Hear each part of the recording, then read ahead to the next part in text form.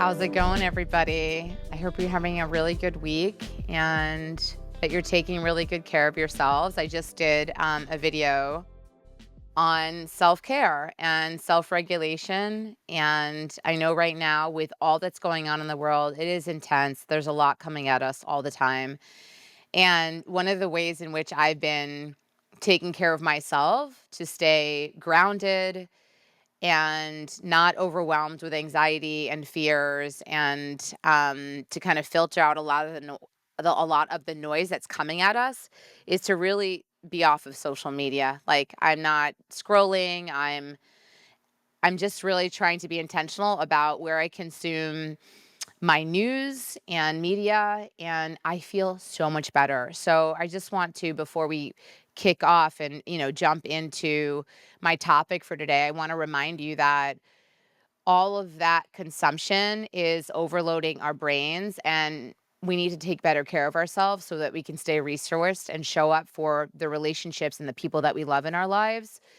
And if we're overwhelmed with anxiety and fear and overconsumption, we're not functioning at our best. And I think, for me, I mean, I hope for many of you too, you want to show up to your relationships and people that are important to you in your lives on a daily basis as best as you can from a resource place. So hopefully that gives you something to think about today. And thank you all. Thank you for subscribing to my channel, for being here with me, supporting me for all these years. And I am here to support you in further developing yourself, in having deeper connections with others, and living a more fulfilled, beautiful life. So I promise that I'll continue to do that. And I hope you'll continue to support me by encouraging others in your life that you think would be, that would benefit and be motivated by what I put out there. Please encourage them to visit my channel and subscribe. Click that little bell below, hit all notifications. And for those of you that are new to my channel, I'm a clinical psychologist, board certified sex therapist, also the CEO of an LGBTQ plus matchmaking firm based in the US that is national. And I talk all about relationships and self-care and everything about interpersonal relating. That's what we do here. So thanks for joining me. Please subscribe. Let me know your thoughts, any reactions. If you try any of the tools that I put out there, please share with folks. If you have a question, you're not the only one. There are plenty of other people that are thinking just the same thing as you. So please ask away in the comments. I read, I respond, and I'm grateful for you all to be here with me. So today's topic is how to overcome being a bad texter. Oh my gosh, I'm still working on how to be a better texter. So I'm thinking many others are probably feeling the same struggle. We've all heard it. Maybe you've said it or even put it in your dating app bio. I am such a bad texter. Whether it's because you find keeping up with text challenging or because you just don't like it, many of us have a hard time keeping up with our friends over text or getting back to people. It's understandable, but it can be a real roadblock in both relationships, dating, friendships. Being a bad texter doesn't have to be your fate. And here's how to overcome it. Why does being a good texter matter? It can feel frustrating to feel nagged about having to be constantly available or in constant communication, or to feel beholden in some way to someone you may not even be in a relationship with yet. Maybe you're someone who doesn't use your phone much, or who doesn't want to use your smartphone any more than you have to. These are all perfectly reasonable concerns, and you don't ever have to become someone who's available by text 24/7 or who texts through the whole film in a movie theater. That said, it's important to keep in mind that when people are looking at your ability to keep a conversation going over text, they aren't really evaluating your relationship with the medium. They're evaluating how you are as a communicator overall. And text happens to be the medium, at least for this decade, to be how much of the preliminary communication with a new acquaintance or date happens. You may be a great communicator in other contexts, but if you seem unresponsive, disengaged, or awkward over text, you may not get far enough with a new date to prove yourself in those other contexts. It's helpful to understand what you feel makes you a bad texter, whether it's because you struggle with keeping up with messages or because you aren't sure what to say. There's a solution. Texting doesn't have to be tedious or take up all your time. With a few simple adjustments, you can overcome being a bad texter and successfully make plans for another venue where you feel more comfortable in your communication style. You have trouble remembering to respond to texts. For some of us, texting is challenging because it relies on a kind of object permanence we don't necessarily excel at. We get a message and we mean to respond. Maybe we even have a whole answer pre written in our heads. But then we get another notification or a call from our boss, or we remember we have to take the chicken out of the freezer for dinner. We may not remember to come back to the message we meant to respond to for hours, days, or even weeks, or we never remember at all and find an invitation to hang out that we never even acknowledged when we go to send our contact a meme. It can be tough to keep up with the onslaught of digital notifications and the many ways we're expected to be present at all times. There are a few strategies that might help. Commit to responding immediately. As soon as you get the message, open up the text as often as possible, even if it's only to say you'll get back to them with something more definitive later. Deciding to wait to respond till you've just decided what you want to say or until you've checked or schedule may lead to never responding at all. Select a time of day or use habit stacking to designate a specific daily context in which you catch up on messages.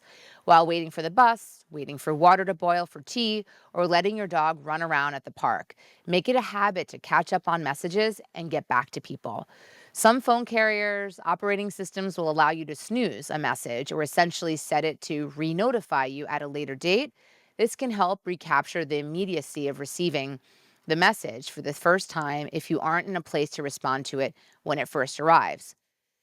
It's not a moral failing to have trouble keeping up with your messages, especially when we're all so overwhelmed all the time.